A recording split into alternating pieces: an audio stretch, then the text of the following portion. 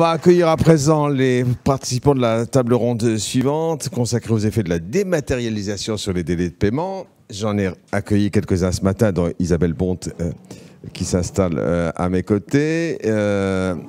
Également avec nous, voilà, je retrouve tout le monde, et Alexandre Strecher, et délégué de la directrice de l'AIFE, Guillaume Robert, chef du service des collectivités locales à la DGFiP.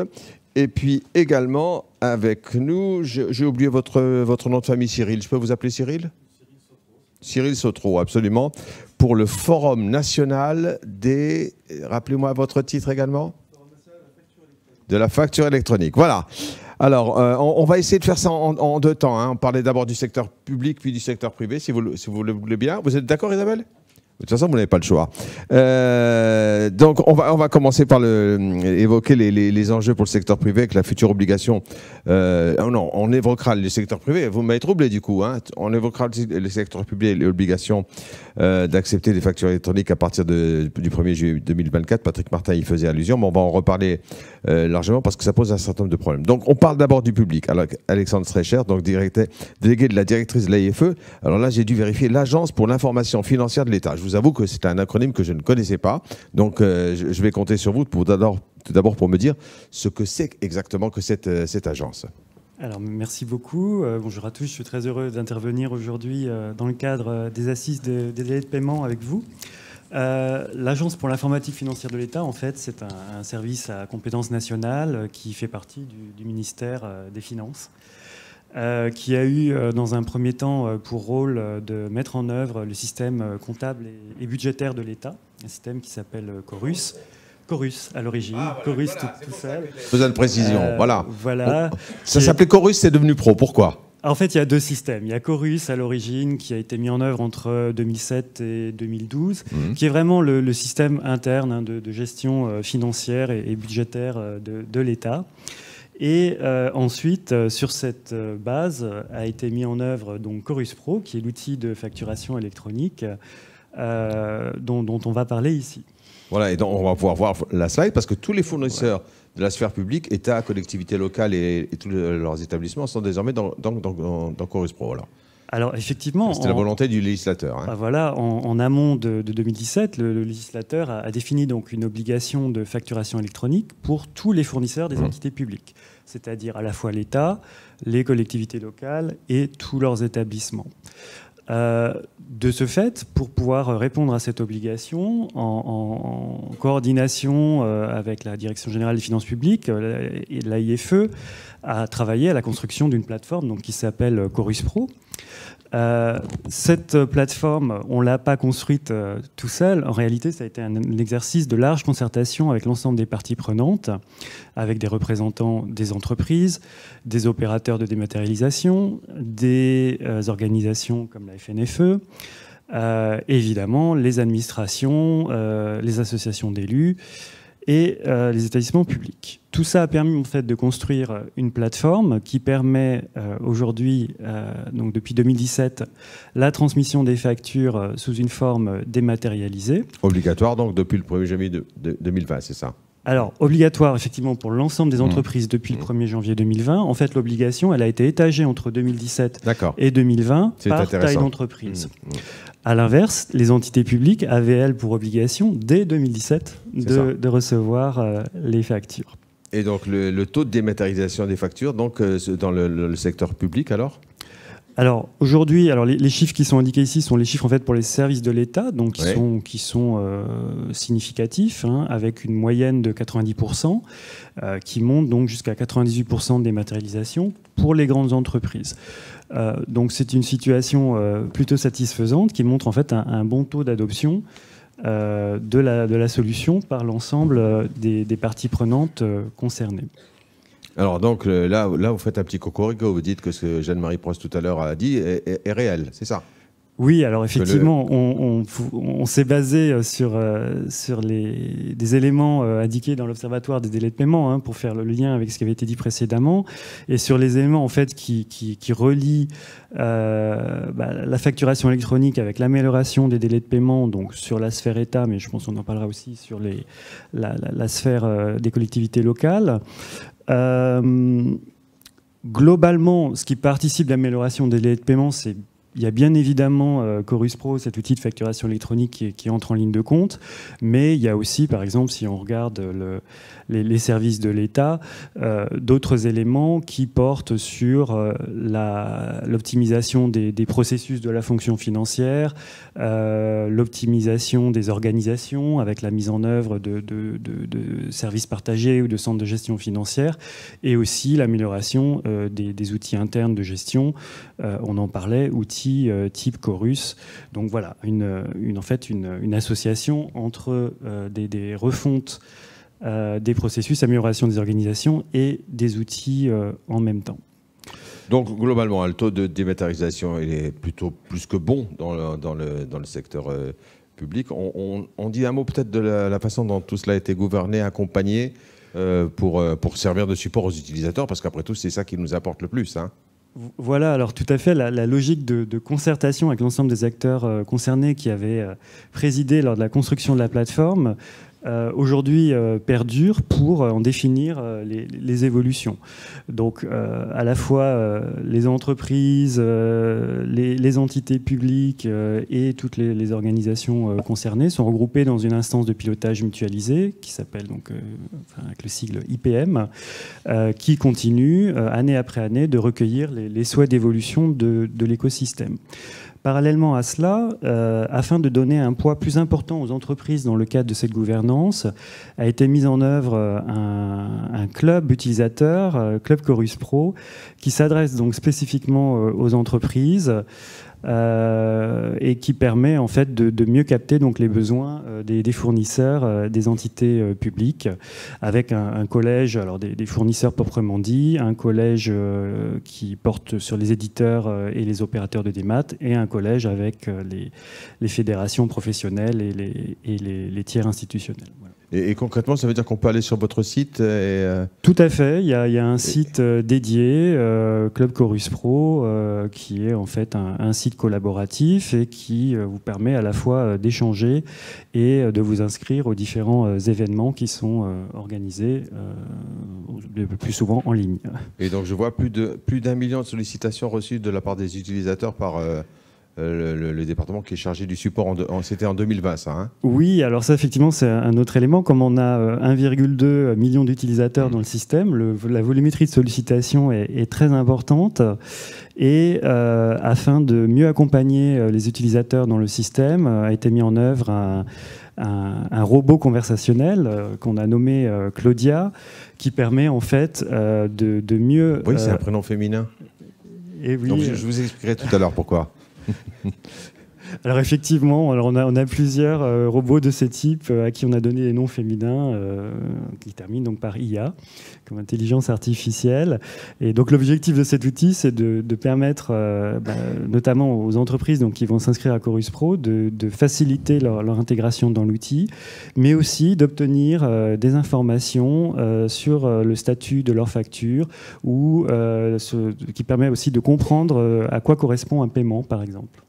Et puis, dernier point, si vous l'oubliez, Alexandre, un sujet dont on va beaucoup parler sur la slide suivante, c'est la généralisation de la facturation électronique interentreprises. On en a déjà parlé avec Patrick Martin et on va encore en parler dans un instant, donc entre 2024 et 2026, à partir du 1er juillet 2024 et jusqu'au 2026. Voilà, je pense qu'on va y revenir à la fois sur les objectifs avec la Direction générale des finances publiques qui pilote le dispositif, et puis on pourra dire un mot des circuits et comment on va réutiliser ce qui a été fait sur Chorus Pro dans le cadre de ce dispositif. Et on rappelle donc qu'il y a les pages dédiées à la facturation électronique sur le site impôt.gouv.fr. Tout à fait. Voilà. Et bien justement, on va passer à la DGFiP maintenant, parce que autant je ne savais pas pour l'AIFE, autant la DGFiP, je sais ce que ça veut dire. Là aussi, avec un certain nombre de slides sur l'évolution du délai de paiement dans la sphère locale et aussi hospitalière. C'est un sujet particulier sur lequel, Guillaume Robert, vous aviez envie d'attirer notre attention. Merci. D'abord, merci de nous accueillir. Merci des mots très gentils que j'ai entendus de Patrick Martin et de Jeanne-Marie Pro. C'est vrai que quand on se lève le matin, qu'on représente la DGFiP, venir au milieu des chefs d'entreprise, on ne se dit pas forcément qu'on va passer le meilleur des moments. Mais en l'occurrence, sur cette action-là, on peut discuter. En fait, je renvoie, pardon de ce trait d'humour, mais je renvoie à un constat et à une réalité. Nous sommes très fortement focalisés sur ces questions depuis longtemps. Jeanne-Marie Pro l'a dit. Un mot sur ce qui s'est passé pendant la crise. Mon service, alors s'appelle Service des collectivités locales, mais j'ai l'honneur de m'occuper des collectivités, des hôpitaux, des entreprises en difficulté et de la gestion de crise. Donc j'avais touché le gros lot en mars 2020. Mais pour vous dire que notre principal indicateur et l'outil de pilotage qu'on a suivi, mais comme le lait sur le feu, et jour par jour, c'était le délai de paiement, notamment des collectivités et des hôpitaux. D'abord parce que c'est un symbole pour nous d'une défaillance potentielle dans l'entité publique concernée, et ensuite parce qu'on était bien conscient, évidemment sur les hôpitaux, que des défaillances en termes de paiement pouvaient poser des gros problèmes. Ce que je vais pas détailler les tableaux de chiffres, vous les aurez à disposition, et ils se résument un peu dans le constat qu'a fait Jeanne-Marie Pro, mais peut-être pour illustrer une chose, pour nous, ces tableaux-là, c'est le reflet de trois choses qui vont pas forcément dans le même sens. Un, on a parfois des mauvais résultats, il ne faut pas les masquer. Ils sont d'abord liés à deux choses. Un, une question budgétaire, ça, elle est un petit peu irréductible à nos discussions d'aujourd'hui. Je ne vous fais pas de dessin, dans certains hôpitaux, voire dans certaines collectivités d'outre-mer, le fond peut être un problème budgétaire. C'est difficile de s'y attaquer par les outils qu'on connaît. Mais profondément, c'est d'abord une question d'organisation et d'outils. Et l'évolution que vous voyez ici, sur cette slide-là, pour les collectivités et les hôpitaux, avec des améliorations quasiment continues pour la plupart d'entre elles, et pour l'État, sur la slide suivante, c'est le produit de la réussite pour nous des outils qu'on a mis en place, et notamment de Chorus Pro et de la facturation électronique et de la dématérialisation. C'est vraiment le message que je veux vous passer aujourd'hui. Et en gros, le fond de ce qu'on va se dire aujourd'hui, c'est que ce qu'on a réussi en B2G, de vos entreprises vers le gouvernement et les administrations publiques, c'est un peu ce qui inspire aujourd'hui notre démarche sur l'accompagnement de la mise en place de plateformes de facturation électronique entre entreprises. Un seul petit mot, j'ai entendu les tables rondes précédentes et les chiffres qui étaient avant. Un petit rappel, on a beaucoup parlé de retard de paiement, sans donner dans la gloriole sur les administrations publiques. Aujourd'hui, alors c'est le Danemark qui était à 90%. Pour 87% des factures adressées à la sphère publique, elles sont payées dans les délais. C'est bien l'indicateur qui était retenu. Les délais étant, je le rappelle, 30 jours pour l'État et les collectivités locales, 50 jours pour les établissements de santé. Donc voilà, on s'y tient. Il y a toujours des dérapages. À chaque fois que je dis ça, je me fais reprendre, et il y a toujours des mauvais exemples. C'est généralement ceux qu'on cite, mais c'est important d'avoir en tête. Alors, on jette un coup d'œil au circuit d'une facture. Slide suivante. Voilà. Peut-être le circuit, mais ça redit ce que M. Stracher disait juste avant. Hein. Ça vous explique l'entreprise tenue à une dématérialisation de ses factures et à son dépôt dans Chorus Pro. Donc l'entreprise petit à petit entre 17 et 20, et à partir de 2020 toutes les entreprises. Et Chorus Pro irrigue ensuite. Alors il y a deux systèmes différents, ce qui permettra d'évoquer un sujet.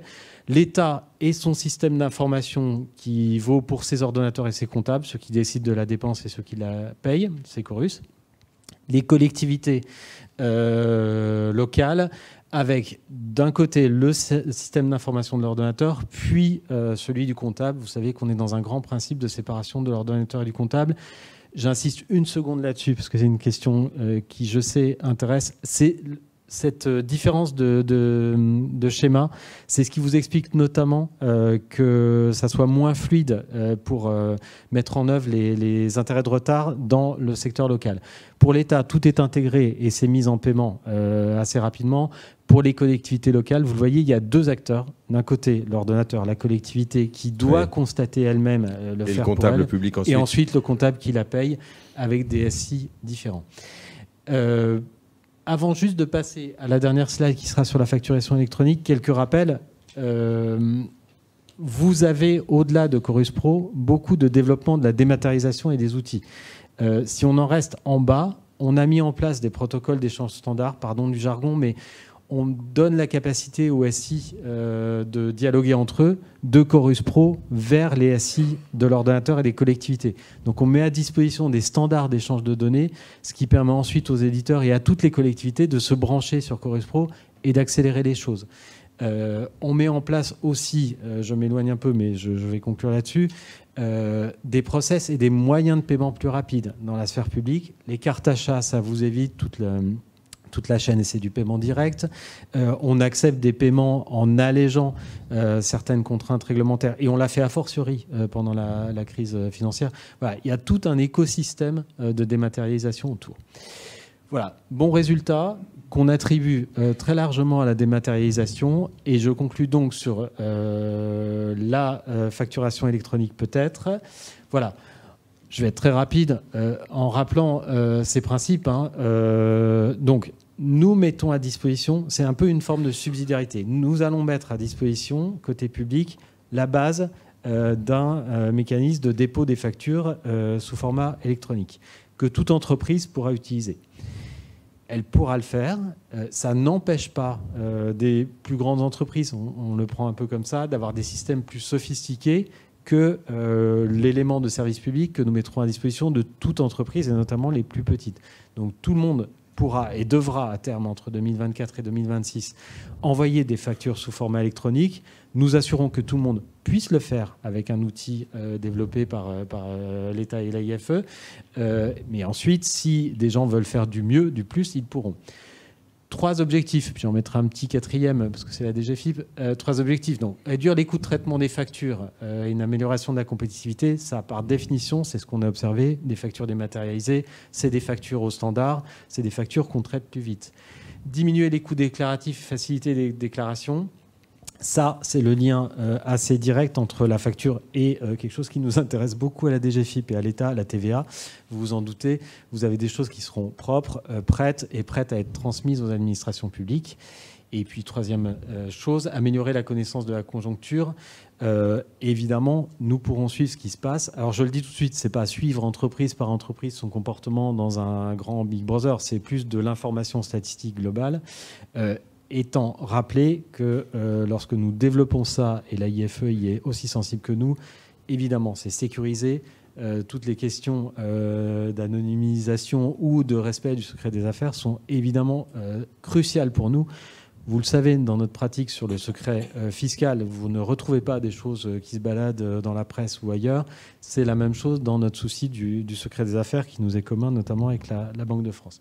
Donc voilà. Et puis, petit rappel, vous avez effectivement une page impôt.gouv pour tous les détails sur ces sujets. Merci Guillaume. Jérôme, oui, je sens que vous avez des présentations des questions ou des précisions. Voilà, à l'appui des présentations qui ont été faites. J'avais 2 types de questions. La première, je rappelle que c'est un peu technique, mais le projet de facturation électronique a deux objectifs. Il y a l'e-invoicing et l'e-reporting. Donc l'autre point qui est important, c'est la question que se posent les entreprises aujourd'hui par rapport à ce projet, et ça va vite arriver, c'est quand est-ce qu'on va connaître les plateformes agréées par l'administration ? Allez-y, répondez directement.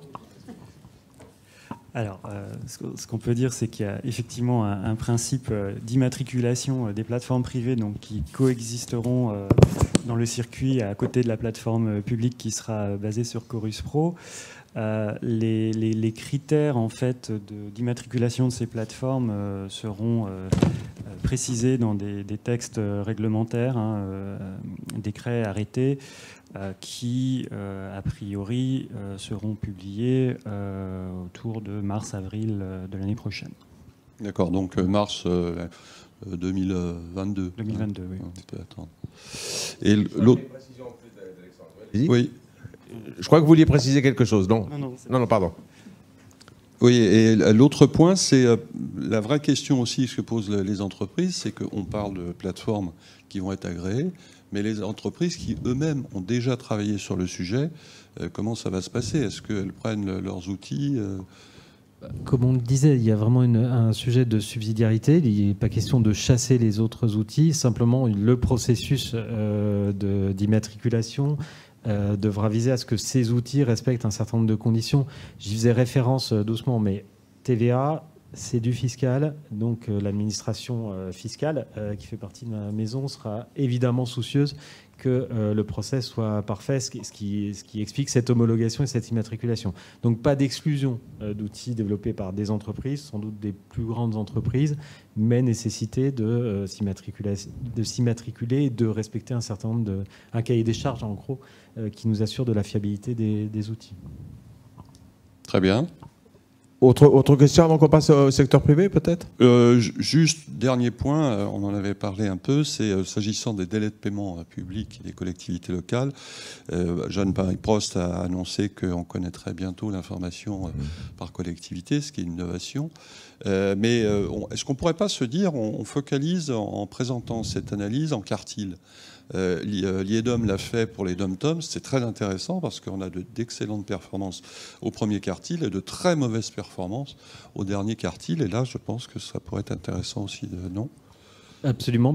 Jeanne-Marie Pro l'a dit, les données, nous les avons à la collectivité et à l'établissement. Nous sommes le comptable de chacune des collectivités, nous les suivons une par une. Et à partir de cette année, l'information sera effectivement même individualisée, ce qui va même au-delà des quartiles. Les quartiles sont intéressants et permettaient de se rendre compte des écarts. Globalement, ça va bien, voire très bien, comme je disais. Et puis, il y a des défaillants. À partir de cette année, nous serons en capacité de donner les noms de chacune des collectivités. Voilà. Je pense que ça va. Tal pour poser une question, Monsieur Battista. Non, c'est pas une question. Je veux juste rebondir, c'est que ça va introduire le propos de Madame Coste qui va parler du privé des entreprises. Et puis vous allez voir, la question va arriver derrière. On sait que effectivement c'est quelque chose de très important pour les entreprises qui vont avoir un gain de productivité important. Je m'appuie sur un bout de papier parce que j'ai du mal avec les chiffres. Gain de productivité qui est estimé à peu près à 4,5 milliards d'euros. Donc pour les entreprises, c'est magnifique. On sait qu'en plus, les entreprises qui courent après leur trésorerie et les retards de paiement, c'est près de 15 milliards d'euros. Et là, je ne serai pas contredit par notre médiateur aux entreprises. C'est qui font défaut chaque année dans la trésorerie des entreprises. Donc on peut dire que tout ça, c'est bien.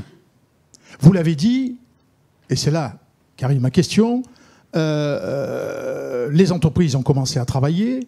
Donc, ça a été dit aussi par Patrick Martin, les entreprises ont commencé à travailler, mais il ne faut pas que l'implémentation se fasse trop rapidement, parce que je rappelle qu'on sort d'une crise et que les entreprises vont devoir traverser la crise. J'insiste sur le fait que, si on sort de la crise, on va en avoir jusqu'à 2025-2026, parce que les entreprises vont rencontrer des difficultés. Donc, leur imposer une facturation automatisée dès maintenant, c'est un peu compliqué. Et ma question, c'est, vous l'avez dit, il y a des entreprises qui ont travaillé, qui développent des logiciels. Donc il va falloir veiller à l'interopérabilité entre la plateforme et les plateformes privées. Ça, c'est un fait. Mais il y aura un cahier des charges. Il n'y aura pas d'exclusion, mais il y aura un cahier des charges. Ma question, c'est, vous la voyez arriver, il ne faut pas que le cahier des charges soit lui-même repoussant. Parce que là, ça serait très ennuyeux pour les entreprises. J'aimerais bien vous entendre sur ce sujet. Je ne sais pas si c'est une question ou un souhait. En tout cas, il a entendu. D'abord, sur le calendrier. Vous le savez, votre remarque a été entendue, puisque le calendrier départ, c'était 2023-2025. On a décalé d'un an, parce qu'il y a eu la crise. Il y a la sortie de crise. On y est particulièrement vigilant, et notamment la DGFiP qui s'occupe des comités départementaux de sortie de crise. Donc, c'est bien entendu, et on a été souple d'ores et déjà sur le calendrier. Sur le cahier des charges, je peux que rejoindre votre souhait. On sera attentif aussi. Non, je le dis à moitié en souriant, mais le fiscal n'est pas quelque chose qui souffre de beaucoup de souplesse et d'exception. C'est par nature, c'est comme ça. Et on sait tous que ça nous assure aussi les moyens pour faire face à des crises à un moment ou à un autre. Donc c'est important que ça soit en dur. Après, le souhait commun, mais je pense qu'il est vraiment commun et l'AIFE connaît encore mieux ces sujets aussi bien que nous, c'est effectivement de construire avec les entreprises et ce qu'on fait depuis le début du projet facturation électronique. Oui, peut-être une observation pour dire que la logique de concertation donc, qui a été mise en œuvre dans le cadre de Chorus Pro a été mise en œuvre également cette année pour construire avec les acteurs concernés, pour préfigurer en fait ce que sera ce dispositif de facturation électronique interentreprise. Et notamment, parmi les travaux qui ont été menés avec les parties prenantes, eh bien, a été abordée la question de l'interopérabilité entre ces différentes plateformes, ce que vous évoquiez, avec en réalité trois formats qui ont été retenus comme format d'échange minimum pour que toutes les plateformes privées et la plateforme publique puissent interagir. Voilà. Donc on soit sur un dispositif ouvert en réseau, avec un rôle ensuite particulier de la plateforme publique qui concentrera les données vers le système d'information fiscale. Merci pour ces réponses. On va passer au secteur privé maintenant, hein, comme promis. Les questions qui viennent d'être évoquées, elles seront valables également là. Isabelle Coste nous a rejoint, responsable Credit Management chez HSBS, c'est ça, hein? On va voir peut-être la première slide qui nous présente exactement. Voilà. Exactement Bonjour à tous et merci à la FDCC de m'avoir invité à ces assises. Donc là, moi, je viens effectivement au titre du privé et juste. C'est HBS. Pourquoi je vous appelais HSBS? C'est HBS. C'est pas grave. On prête corrige. On va rebondir. Hydro, ce sera peut-être plus voilà, simple. Hydro. Voilà. Je vous appellerai Hydro. Isabelle, c'est mieux. Okay. Donc, c'est quand même mieux. Elle est taquine. Ouais. Donc, moi, j'interviens en tant que juste témoignage parce qu'effectivement, je suis crédit manager donc, chez la société Hydro, donc une PME, chiffre d'affaires, comme vous le voyez, autour de 300 millions d'euros cette année pour 2021. Un poste client dont j'ai la responsabilité avec une équipe, bien sûr, autour de 50 millions d'euros, 3000 clients actifs, un délai de paiement qui se situe à 68 jours, et donc environ 240 000 factures éditées par voie postale dans le passé. Et comme donc, je vous l'ai indiqué, j'ai une équipe crédit qui est très impliquée et très engagée aussi pour accompagner les ventes. Voilà. On est présent sur le marché au travers de différentes marques commerciales, que vous connaissez, j'espère. En tout cas, je vais les citer. Donc, Tecnal. Oui, c'est des vérandas. Tecnal, vous connaissez? Moi, oui. Bon, parfait. Vicona? Non. Ah ben, donc, vous allez le connaître. Askey et Sapa. Voilà, ces 4 marques. Notre métier, donc, c'est de fabriquer, de concevoir, pardon, de fabriquer et de distribuer des profils aluminium. Et nous vendons qu'à des professionnels. Voilà. Donc ça, c'est juste pour la présentation. Je n'ai pas de bip. Voilà, bon, je ne sais pas qui a gardé la manette. Voilà. Sinon, Rachid, je vais vous...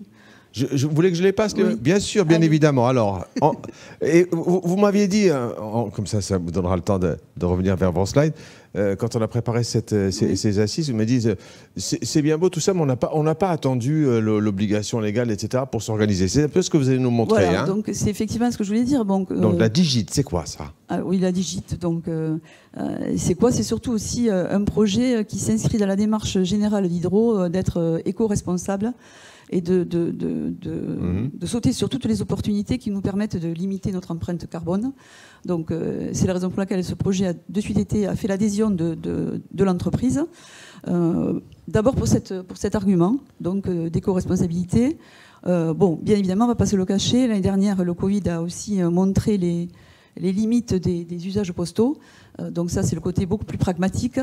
Mais les deux réunis, entre notre volonté d'être éco-responsable et les intérêts purement pragmatiques, les deux réunis nous ont amené à dire, bon, ben, ce projet-là, on ne va pas attendre et on va effectivement le promouvoir dès que l'on peut. Donc c'est ce que l'on a fait. Alors, je me souviens plus du déroulé. Pardon? Je me souviens plus du déroulé, Rachid. Voilà, un projet d'entreprise. Non, excusez-moi, je sais. Voilà, mais il me semblait que vous alliez. Oui, c'est vrai, vous avez raison. Donc c'est voilà, la raison pour laquelle. C'est pas grave. C'est la raison pour laquelle on a anticipé et donc on s'est mis tous autour de la table pour promouvoir ce projet.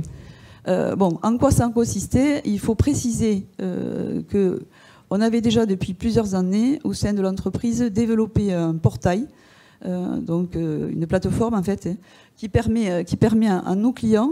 C'est pas du tout ça, qui permet à nos clients de passer les commandes de façon digitalisée. Donc ce portail existait déjà. On a fait le choix de s'appuyer. Arrêtez tout. J'arrête tout. Alors, on a fait le choix. Vous me dites ce que je dois faire. C'est pas du tout ça. Alors, écoutez-moi. Je vous écoute, voilà. Écoutez-la. Voilà. Oubliez Donc, les slides. Voilà, on a fait le choix. Donc, on a fait le choix, donc, il y a quelques années, de développer un portail en interne pour que nos clients puissent passer leurs commandes de façon digitalisée. Ils y ont trouvé un intérêt très rapidement parce que, bien évidemment, ça faisait gagner du temps, mais aussi et surtout, c'est parce qu'on a développé des services et qu'ils ont pu voir en temps réel leur stock et la disponibilité de leurs commandes. Quoique, en ce moment, c'est moins vrai. Voilà, bon, donc ça, c'était le point de départ. On s'est dit qu'on allait utiliser ce portail qu'on avait déjà développé pour mettre en place aussi la digitalisation des factures. Donc c'est ce qu'on a fait donc, depuis le 1er janvier de cette année. Bon, ce projet-là, même si c'est un projet qui peut apparaître comme technique, dans la réalité, c'est avant tout, comme tous les process d'ailleurs de digitalisation, c'est des process qui sont avant tout humains, parce qu'ils demandent de l'adhésion, aussi bien des acteurs en interne que de l'externe. Et ça, c'est quelque chose de fondamental qu'il ne faut pas oublier. Il ne faut pas réduire tous ces process à des plateformes électroniques et sans tenir compte de l'aspect humain qui est fondamental. D'autant que derrière tout ça, il peut y avoir des opportunités. Et c'est celle que l'on a saisie en se disant, bon, mais c'est un projet d'entreprise, on va s'en servir pour mettre autour de la table les différents acteurs de la chaîne client, alors des gens qui ne sont pas habituellement appelés à se parler, hein, donc la juriste chez nous, le service client, je vais bien sûr en oublier, les commerciaux, les crédits majeurs, les comptables, bref, quasiment l'intégralité de tous les acteurs de la chaîne client, en se disant, voilà, on a ce projet, on veut le développer en janvier, d'après vous, chacun, avec votre regard, votre vision, quels pourraient être les freins et qu'est-ce qu'il faut mettre impérativement en place pour que ça fonctionne, sachant que pour l'instant, ce n'est pas obligatoire, donc il faut de l'adhésion. Voilà. Et ce travail qu'on a fait en commun a été vraiment essentiel. Et je pense qu'on a été, vraiment, on a évité certains écueils grâce à ça. Voilà. Alors, on s'est appuyé après, bien sûr, la feuille de route, ça a consisté à travailler dans deux sens. Le premier vis-à-vis des clients, donc la communication vis-à-vis des clients. Alors la communication formelle, style emailing, webinar, enfin tous les outils que l'on peut avoir. Mais après, bien évidemment, en s'appuyant sur nos commerciaux qui sont nos ambassadeurs et qui ont une communication de proximité avec nos clients et qui sont là pour justement voir là où ça peut vraiment bloquer et où on peut se retrouver confronté à un blocage par manque de dialogue, par manque de proximité. Donc il y a eu la communication formelle, la communication de proximité et puis en interne aussi, hein, bien évidemment, hein, avec les crédits majeurs, les commerciaux, les services clients, enfin toutes les équipes internes aussi ont été impliquées dans ce projet, avec des revoyures tous les 3 mois. Comme ça nous challenge pour voir de quelle façon on progresse. Voilà, donc j'oublie plein de choses. Je vous en prie, j'ose plus rien dire. Il y a des avantages. Bon, alors bon, on a bien compris les avantages pour nous, bon, qui sont évidemment éco-responsable, productivité, et puis surtout en tant que crédit manager, bon, ça c'est maître mot quand on est crédit manager, il y a un mot unique qui est fondamental, c'est l'anticipation. Et c'est un outil aussi qui permet d'anticiper les éventuels litiges qu'il peut y avoir sur un paiement. Parce que quelquefois, les paiements ne sont pas réalisés, non pas pour des problèmes de solvabilité de nos clients, mais tout simplement pour des problèmes de non-conformité ou de factures qui ne donneraient pas les bons prix ou de ports qui seraient inexpliqués, bref. Donc le fait d'avoir les factures en amont, elles sont mises à la disposition sur le portail. Le client va les chercher donc en temps réel. Donc il a l'information en temps réel. Il va chercher l'information. Et de fait, s'il a une difficulté, il va l'exprimer immédiatement. Donc ça fait partie des avantages. Et puis, donc, en dernier lieu, je pense qu'il faut que j'avance, en dernier lieu, donc les avantages pour les clients... Et on y est là, on s'y retrouve. Ouais, ah bravo. Donc les avantages pour les clients, donc c'est effectivement que pour eux, ça peut faciliter en interne les process de bons à payer, parce que quand ils sont sur multisites ou plusieurs acteurs. Bon, ils sont autonomes, hein, comme je viens de vous le dire, hein. Il y a aussi, donc, oui, un point important, c'est le fait qu'on met à la disposition l'archivage électronique. Ça facilite pour eux la communication en interne, mais aussi en externe. Hein. Donc, nos clients sont des PME qui ont à communiquer auprès des comptables, des experts comptables, et des CAC, bon, bref, toute la profession externe. Ça facilite aussi la communication pour eux. Voilà, donc...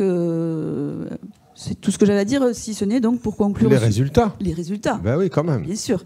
Donc les résultats, donc, on est pas mal. On n'est pas complètement à l'objectif. On a peut-être été trop ambitieux. Donc on est à 61% à date. On était sur un objectif à 80%, on n'y est pas. Mais ce sera pour l'année prochaine. C'est-à-dire 61% de factures digitalisées. Digitalisées, voilà, c'est ça quand même. Tout à fait. Et 80%, c'est l'objectif que vous donnez pour l'année prochaine. Pour l'année prochaine. Alors, avant de continuer, peut-être oui. Juste une question, Isabelle, si vous le permettez.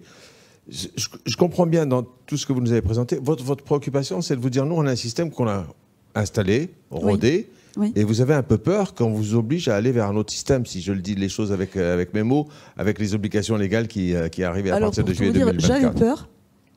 J'avais peur, mais je n'ai plus peur parce que j'ai entendu monsieur. Eh ben. Et donc, j'ai été rassurée par ses propos. Eh ben voilà. Eh ben écoutez, voilà. Les problèmes se règlent en direct. Jérôme, une intervention ?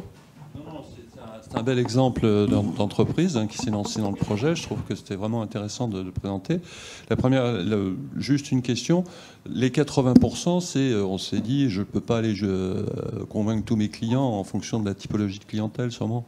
Oui, c'est ça. On ne va pas non plus être... bon, comme on l'a dit, il faut quand même aussi se laisser le temps. C'est un projet, ce n'est pas un objectif 100%, donc ça rimerait à rien. Parce qu'il peut y avoir aussi des explications. On a une typologie de clients quand même qui est très, très, très variable. Donc nous, parce qu'on a des PME, mais on a aussi des grosses structures, donc on ne peut pas s'adresser à tous de la même façon. Donc c'est juste une question d'adaptation.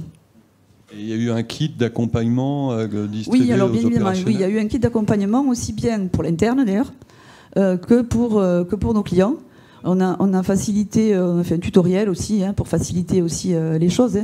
Et on a, alors là c'est la version un peu plus brutale je dois dire, mais on a aussi instauré pour tous les nouveaux clients le fait que le process d'ouverture de compte prévoit que par défaut c'est la digitalisation qui s'applique. Donc c'est à eux à dire je ne suis pas d'accord. C'est ça, en fait. On doit refuser. Oui, c'est ça. Voilà. Bon, c'est un peu incitatif pour reconnaître. Et une intervention d'Éric Scherer. Oui, je veux vraiment aller dans le sens de ce qu'a dit Isabelle.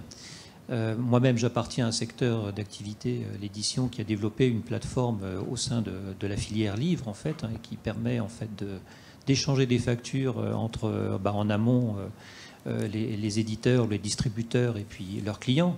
Donc, effectivement, je voudrais... et j'ai des clients, effectivement, qui facturent de manière électronique et en dématérialisation fiscale des ministères. Et je peux effectivement dire chapeau, bravo Chorus Pro, parce que les clients en question arrivent à être payés en 5 jours calendaires à partir de la transmission de la facture. Donc bravo, Chorus Pro, c'est vraiment une réussite. Je partage la crainte exprimée par Isabelle, à partir du moment où effectivement on va passer, je crois, j'avais un chiffre qui est quand même, qui date le dernier bulletin que vous éditez fait état de 184 millions de factures échangées à date dans Chorus Pro. Donc évidemment, quand on va passer à l'étape, j'allais dire, aux étapes suivantes, jusqu'en 2026, là, ça va être effectivement une autre paire de manches parce qu'il va falloir faire dialoguer des systèmes d'information entre eux. Et donc il y a un risque effectivement, j'allais dire d'usine à gaz, pour parler un peu vulgairement, s'il y a trop d'opérateurs, si c'est mal maîtrisé, etc. Ça peut être gênant. Et on sait bien que voilà, j'allais dire ma consigne, c'est qu'il faut faire le plus simple possible. On a été capable, l'État a été capable, notamment à l'occasion de la mise en place de l'indemnisation du chômage partiel, de pouvoir rembourser ce chômage partiel en un temps record et avec en 3 clics, j'allais dire, ça se jouait. Eh bien, il faut que la dématérialisation fiscale, ce soit pareil. On puisse, en 3 clics, effectivement, s'échanger, se transmettre des factures, se faire payer. Il faut vraiment simplifier au maximum. Il faut évidemment faciliter aussi l'appropriation de ces outils. Donc on sait très bien que quand ça va descendre dans les niveaux plus bas des PME, des TPE, il faudra faire œuvre de pédagogie. Il faudra vraiment leur dire concrètement où est-ce que je dois déposer ma facture. Voilà, il y a un accompagnement, je pense, plus on descend dans la taille des entreprises, pour la réussite de ce système. Mais encore une fois, bravo, Chorus Pro, c'est une réussite. Pour nous, Credit Manager, effectivement, les enjeux en termes de réduction de coûts, d'une part de traitement de la facture, on est au niveau de quelques centimes, et au niveau des délais de paiement, c'est parfait. Isabelle l'a rappelé, plus personne ne peut contester aujourd'hui dans le système. À partir du moment où la facture est transmise dans le système, il n'y a plus de litige possible déclaré par le destinataire. Il ne peut pas dire de ne pas l'avoir reçu. Et effectivement, derrière, il y a tout un processus qui accélère le paiement à travers la reconnaissance du service fait, à travers le mandatement. Tout ça se fait effectivement en un temps record. Encore une fois, 5 jours calendaires. Vous avez montré que c'était possible. Merci Eric. Pas d'autres interventions. Donc on peut passer à notre dernier intervenant, Cyril Sautreau, dont j'ai retrouvé le nom entre-temps. Pardon, donc président du Forum national de la facture électronique. Je vais même retrouver l'intitulé exact. C'est une association créée en 2012. Donc vous fonctionnez comme une association. Vous êtes là au service pour accompagner tous les systèmes de règlement inter-entreprise. Parce que derrière rien, c'est quand même une certaine révolution qui nous attend là. Hein. Certes, c'est une vraie révolution. Donc effectivement, le Forum national de la facture électronique a été créé sous forme informelle en 2012 et sous forme associative en 2016. Et c'est le fruit, en fait, c'est la suite d'un forum européen. Toute cette histoire-là de facture électronique et d'optimisation des traitements avec pour objectif amélioration de la performance administrative et l'accélération des délais de paiement. Et j'aurais dû le dire dans l'autre sens d'ailleurs. Parce que le vrai premier objectif, c'est l'accélération des délais de paiement. C'est un mouvement qui concerne toutes les entreprises du monde. Et c'est un mouvement aussi mondial qui vise à faire en sorte que cette facture électronique se déploie aussi pour des raisons de collecte de TVA et de contrôle transactionnel continu, c'est-à-dire d'être au plus près de la réglementation plutôt que de découvrir qu'on s'en est éloigné un peu trop tard. Et donc, ça pose quelques difficultés. Ce mouvement-là est effectivement, depuis une grosse dizaine d'années, se développe partant de l'Amérique du Sud et arrivant en Europe, très largement déployé déjà dans un certain nombre de pays, d'ailleurs, qui sont souvent colorés plutôt vers le rouge ou vers l'orange, avant tout, plus que ceux qui sont colorés vers le vert ou les buveurs de bière. Alors, le forum a été créé suite à la création d'un forum européen, puisqu'effectivement, au niveau européen, on s'est rendu compte qu'il y avait des choses à faire. Après, la facture électronique, ça existe depuis 30 ans. En France, 1990. Et on estime qu'on est aux alentours, alors en 2018, une étude européenne disait, et la France n'était pas dans les premiers, d'ailleurs les premiers c'était le Danemark, on retrouve toujours les mêmes en fait. Hein. On est dans les 15% de factures électroniques dites automatisables, c'est-à-dire avec des données. Vous voyez, 30 ans, 15%. Une des raisons, c'est qu'effectivement, c'est compliqué de déployer, parce que ce que font les entreprises, elles développent des projets de facturation électronique en regardant leurs problématiques et en prenant comme principe que les fournisseurs vont s'adapter à leurs problématiques. Mais ça ne marche pas à terme, puisqu'effectivement, si tout le monde s'adapte à la problématique des voisins, la problématique devient complexe. Donc un des sujets importants, c'est comment déployer la facture électronique de façon coordonnée et synchronisée. Et donc c'est pour ça qu'il y a eu ce format européen qui a visé à dire, la première des choses, c'est qu'il faudra créer probablement, et ça a été fait, un format de facture, dire une fois pour toutes, qu'est-ce que c'est qu'une facture, quelles sont les données de facture qui sont importantes et où est-ce qu'on les situe dans un message électronique. Ça, c'était fait en 2017 et on y a participé. Et puis, deuxièmement, ça a été aussi de travailler beaucoup sur l'interopérabilité, faire en sorte que l'ensemble des acteurs et des solutions puissent se parler. Alors pour revenir au forum, effectivement, on existe depuis 2012 et on regroupe alors maintenant une centaine d'acteurs qui sont des acteurs qui représentent l'écosystème. On va avoir des entreprises utilisatrices, des représentants d'entreprises utilisatrices comme le MEDEF, comme l'Ordre des experts comptables qui va jouer un rôle important, notamment vers les PME, comme plus sectoriel, des gens comme GS1 ou Gallia dans le secteur de l'automobile, et ainsi de suite. Les banques aussi sont présentes, et des entreprises qui sont des utilisateurs en direct. Et puis un certain nombre de prestataires de services de tout type, c'est-à-dire des gens qui ont des solutions, des gens qui ont des logiciels, des gens qui intègrent, des gens qui conseillent. Et tout ça, ça fait un écosystème qui discute et accompagne finalement le déploiement de la facture électronique depuis donc 2012. Et plus particulièrement la partie réglementaire dont on vient de parler. Donc nous avons aussi des échanges avec nos confrères européens et notamment avec nos confrères allemands avec lesquels on a travaillé dans le cadre des formats, et ça va être important, sur un format dit hybride. Alors pourquoi un format hybride et qu'est-ce que c'est qu'un format hybride? C'est que dès qu'on parle de facture électronique, souvent on a en tête des factures type EDI, c'est-à-dire des factures avec des données que les gens ne regardent pas finalement. Et c'est compliqué ça. D'abord c'est compliqué à comprendre quand on parle à un patron de PME d'une facture de données XML, il ne comprend même pas pas de quoi on parle. Et puis s'il doit la regarder, s'il imaginait la regarder, je pense qu'il serait encore plus effrayé. Et donc ce dont les gens ont l'habitude, enfin ce dont ils ont l'habitude de travailler, c'est des factures qui ressemblent à leurs factures papier. Donc ce qu'on appelle les factures PDF dans le monde électronique. Et quand je disais tout à l'heure, il y a 15% de factures automatisables. En plus de ça, il y a 20 à 25% de factures PDF, mais qu'il faut encore saisir à la main et faire un certain nombre de choses. Et donc ce format-là, il vise à dire, prenons des factures PDF et mettons dedans un truc que les ordinateurs sauront bien trouver, qui sont les fameuses données structurées de façon qui va bien, qui sont compréhensibles. Et donc ça ouvre la porte tout de suite à dire, ça va être beaucoup plus simple pour les éditeurs de logiciels de se dire, je sais faire une facture papier, je sais faire une facture PDF parce que c'était pas très compliqué, j'ai des données dans mon système d'information, j'ai pas forcément tout ce qui est dans la facture, mais j'ai ce qui est un peu important pour la suivre et à mon client pour la traiter. Je vais les mettre en gros à l'intérieur du fichier PDF, je vous dis pas comment, c'est un peu technique, mais c'est assez simple. Et du coup, s'il y a une machine en face qui veut automatiser, elle saura le faire. Donc ça, c'est un élément important et c'est un axe franco-allemand de déploiement de ce type de choses. Voilà déjà pour le problème, enfin la problématique principale.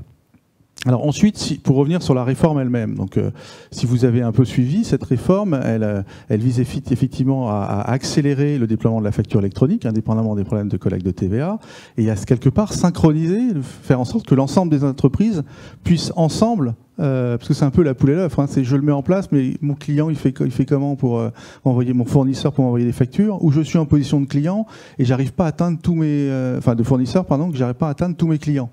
Par exemple, à partir du 1er juillet 2024, un point important, c'est que toutes les entreprises devront accepter des factures électroniques suivant les deux, trois formats, dont celui dont j'ai parlé qui s'appelle FactureX, en réception. Donc ça veut dire que là, vous serez à 100%, c'est une certitude, quoi que vous fassiez. Vous pourrez envoyer toutes vos factures, parce que vous aurez en plus les adresses. C'est un deuxième problème important, vous aurez les adresses de l'ensemble de vos clients, puisque la plateforme nationale Chorus Pro va va tenir un annuaire de l'ensemble des entreprises et permettre, grâce à cet annuaire, de pouvoir adresser sa facture. Aujourd'hui, on ne connaît pas l'adresse électronique de son client. Là, il suffira de connaître son numéro de sirène. Alors, il faudra le connaître dans les bases, ce qui n'est pas toujours le cas, ce qui peut être une première contrainte, mais en le connaissant, globalement, on saura l'atteindre. Et on aura la garantie de l'atteindre. Ça, c'est le premier élément. Le deuxième élément, c'est que, et on a beaucoup insisté au sein du forum, c'est de dire on a un existant. On a 15% des factures électroniques structurées, puis des factures PDF. Il ne faudrait pas commencer la réforme en disant on va migrer tous les systèmes vers un nouveau système centralisé. C'était un point très important et je crois qu'il a été, je suis sûr qu'il a été pris en compte, notamment suite à nos apports. Et c'est pour ça qu'on a ce système en Y, on a des plateformes immatriculées. Alors en même temps, j'entends qu'il en faut pas trop, mais en même temps, les entreprises aimeraient bien l'être, donc il va falloir quand même faire son choix. C'est qu'à un moment, plus il y en a, plus c'est complexe potentiellement, enfin en tout cas, plus c'est contraignant. Donc il y a toujours du pour et du contre, on est dans le en même temps. Et donc ces plateformes, ce sont les seules qui seront agréées ou immatriculées et qui vont pouvoir échanger des factures. Donc il faudra passer par une plateforme, on pourra l'être soi-même. C'est quand même un certain nombre de contraintes, c'est pas donné à une PME, pour émettre des factures ou les recevoir. Donc ça, c'est un point important de la réforme. Alors, autre point que je voulais aborder, c'est ce que va apporter aussi cette réforme. L'optimisation et l'accélération des paiements et des traitements. D'abord, ça doit s'appliquer à tout le monde. Et puis, c'est pas juste une affaire de format, pardon, et simplement d'échange de factures. C'est aussi une affaire d'alignement des processus de traitement. Parce qu'une facture, c'est un élément d'une transaction commerciale qui commence à une commande, une livraison, la facture et le paiement. Et donc, il y a nécessité aussi de tracer et de suivre le traitement de cette facture.